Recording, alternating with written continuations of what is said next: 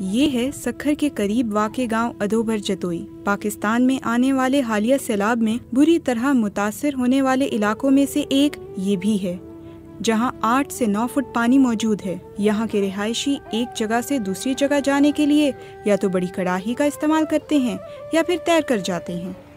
हत्ता के गाँव के अंदर ही मछलियाँ भी पकड़ रहे हैं। फाथी, वाह वाह वाह वाह, फाथी फाथी फाथी मछली फाथी।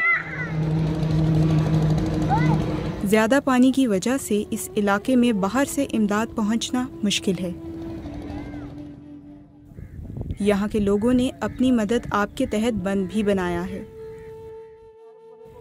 खुराक की कमी है, मगर सैलाबी पानी से मछलियाँ करीब आ गई हैं, जिन्हें पकड़कर खाने के तौर पर इस्तेमाल किया जा रहा है।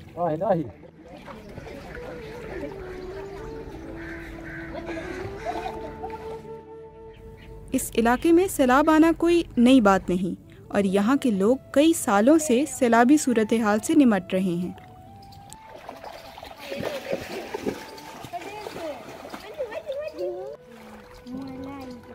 हमारा गांव हमेशा दरिया के करीब रहा है, तो इसके लिए हमारे जो लोग हैं, रिश्तेदार हैं, बच्चे हैं, बड़े हैं, मेल फीमेल, सब को तैरना आता है।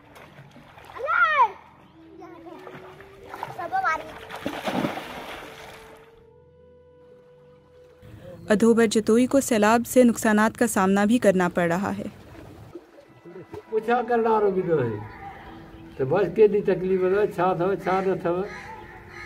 हाणे बॉल जूं बीमारियूं, धार बण जूं बीमारियूं, धार पैदा थींदियूं, डॉक्टर अचनि ई कोन था। सबसे जो ज़्यादा नुकसान हुआ है वो फसलों को हुआ है। वो पानी की वजह से ख़राब हो गई हैं और स्कूल में हमारे बड़ा नुकसान हुआ है। बाक़ी असांखे इहा एक्सपेक्टेशन न हुई त हिन में क्लासरूम्स बि ॿुधंदा, जंहिंमें असांजो रिकॉर्ड बि पियो हिते कुझु स्कूल जो, जेको बाद में रेस्क्यू खणी करे विधो, हुनखे कढी विधो ऐं आलो बि थी वियो, बिल्कुलु हुन मतिलबु ज़ाहिर थी वियो कुझु, पर हुनखे सुकाए बुकाए।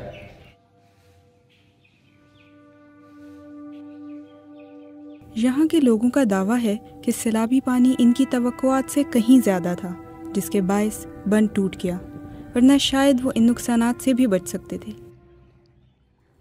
इन सब मुश्किलात के बावजूद ये लोग पुरुमीद हैं कि इन हालात का सामना भी कर लेंगे।